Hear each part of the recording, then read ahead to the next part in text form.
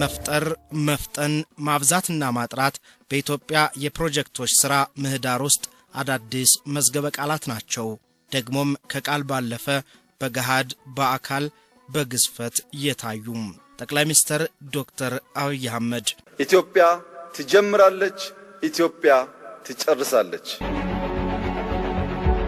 የመደመር መንግስት እሳቤ ፕሮጀክቶችን አቅዶ የመፈጸም ብቃት ለሀገራዊ ሁለንተናዊ እድገትን እያመጣ ነው። ኢትዮጵያ ከለውጡ በፊት ትቸገርበታለች የሚባለው ፕሮጀክቶችን ጀምሮ የመጨረስ ጉዳይ ነበር። አሁን እሱ አክትሟል። ኢትዮጵያኖች አቅማችንን ካስተባበር መስራት እንደምንችል የተግባር ምስክር ስለሆነ ከዛ ያንን እንደ ስፕሪንግ ቦርድ ተጠቅመን ብዙ ህዳሴና ህዳሴን የሚበልጡ ፕሮጀክቶች እንሰራለን የሚል እምነትና ሐሳብ ያለኝ አንድን ዘርፍ ብቻ ላይ ሳይሆን ሁሉም ዘርፍ እኩል ማደግ ይችላል። በተጨባጭ ውጤት እያሳየ እየመጣ ነው የምናየው። ያልተሄደበት መንገድ ተቀይሶ ተጠርጎና ተለስልሶ አሁን የተለመደ መመላለሻ ሆኗል።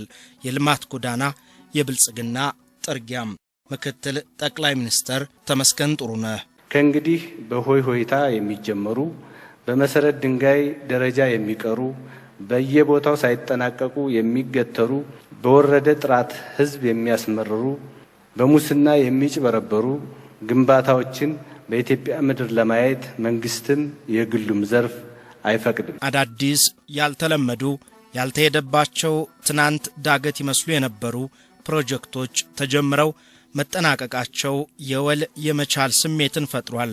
ኢትዮጵያውያን ይችላሉ የሚለውን ገናን ድምጽ አዋልዶ አስተጋብቷል።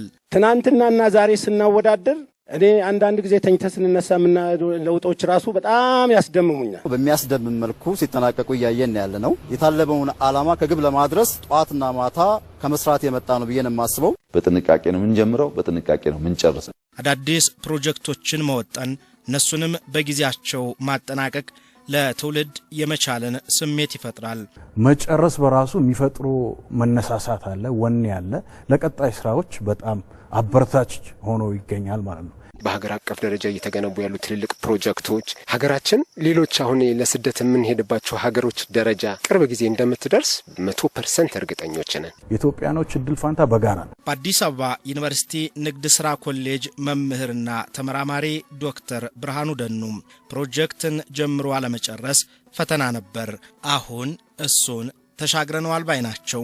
አንዱ ትልቁ ነገር የፕሮጀክት አፈጻጸም ላይ የነበረው ችግር ነው ለረጅም ጊዜ። አሁን ያ አይነት አላስፈላጊ የሆነ ባህል የተለወጠ ነው የሚመስለው። ለድሮ ቢሆን ኖሮ ለአስርተ ዓመታትም ዘልቀው መጨረሻ ላይ ሙሉ በሙሉ ሳይፈጸሙ በግማሽ የሚቀሩበት ወይንም የሚባክኑበት ሁኔታ ነው የነበረው። ዛሬ አዲስ ቃል ኪዳን፣ ነገም ሌላ ብስራት፣ ተከታታይነት ያለው የልማት ሰንሰለት ያሁኗ ኢትዮጵያ መልክ ነው።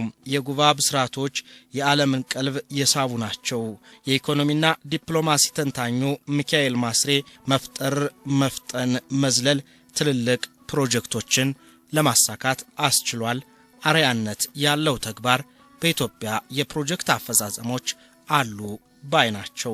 ኢኮኖሚክ ዲፕሎማሲውን ስናየው ከተለያዩ ሀገራት ጋር ያለን ግንኙነት ከማስተካከል አንፃር በዚህ መንገድ ራሱ ዲፕሎማት የሆነበት ነው የምናየው። ፕሮጀክቶችን በጊዜ መጨረስ የፖለቲካም የኢኮኖሚም ታማኝነትን የሚያመጣ ነው።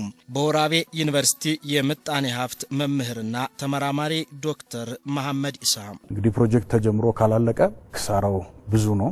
መጨረስ በራሱ የሚፈጥሩ መነሳሳት አለ፣ ወኔ አለ። ለቀጣይ ስራዎች በጣም አበረታች ሆኖ ይገኛል ማለት ነው። ከህዝብን ዘንድ መሪዎች ተቀባይነት እንዲያገኙ ያረጋቸዋል። የልማት እንቅስቃሴዎችን ማፋጠን፣ ሪባን መቁረጥ፣ በጊዜውና በቦታው ፍጹም ሆኖ መገኘት የኢኮኖሚ አሻጋሪ ነው።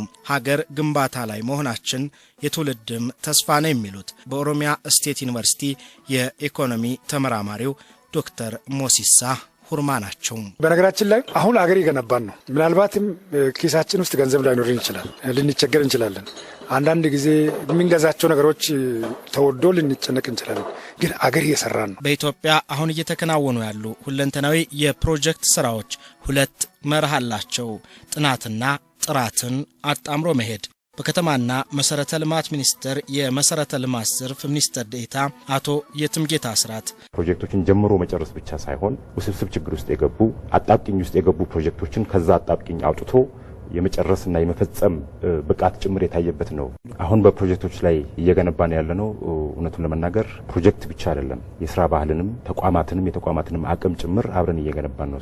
ውጤቱ ብቻ ሳይሆን ሂደቱ በራሱ ትርፍ ያገኘንበት ያለበት ነውና ከዚህ አኳያ በደንብ ሊገለጽ የሚችለው አንዱ ጉዳይ የሥራ ባህል ነው። የጀግንነት መንፈስ የኢትዮጵያውያን የዘር ውርስ ሆኖ እንደቆየው ሁሉም ትልልቅ ነገሮችን አቅዶ በልማት መስኩ መፈጸምም ውርስ ሊሆን ተጀምሯል። በሁሉም መስክ በከተሞች ከፍተኛ ማንሰራራት አለ። በገጠር በእርሻው በቡና በሩዝ በበቆሎ በብዙ ፍሩት አይነቶች ብትወስድ ከፍተኛ ማንሰራራት አለ። ኢትዮጵያ እየተነሳች ነው።